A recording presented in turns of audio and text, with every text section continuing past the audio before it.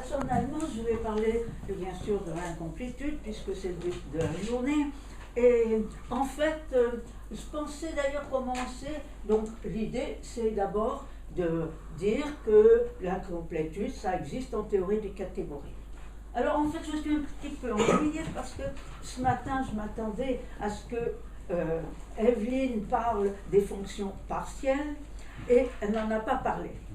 Donc, je ne peux pas vraiment commencer par la première phrase, encore que, bon, alors admettez qu'on parle de fonctions partielles, c'est-à-dire des fonctions, donc par exemple dans le secondaire, une fonction qui est partielle parce qu'en un point elle n'est pas définie, ou plus généralement définie seulement sur un bout.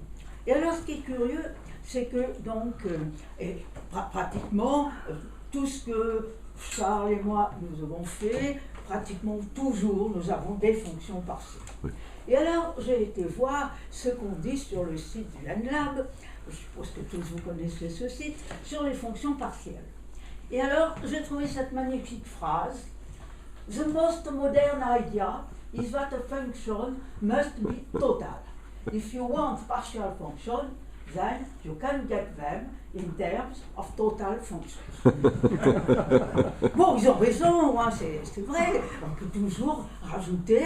Donc là, c'est vraiment de la complétion pour le plaisir de faire de la complétion. Malheureusement, c'est pas, en principe, c'était pas ce que nous voulions. Parce que c'est très joli, ça revient à compléter le problème, mais en enlevant sa spécificité. Très embêtant quand même.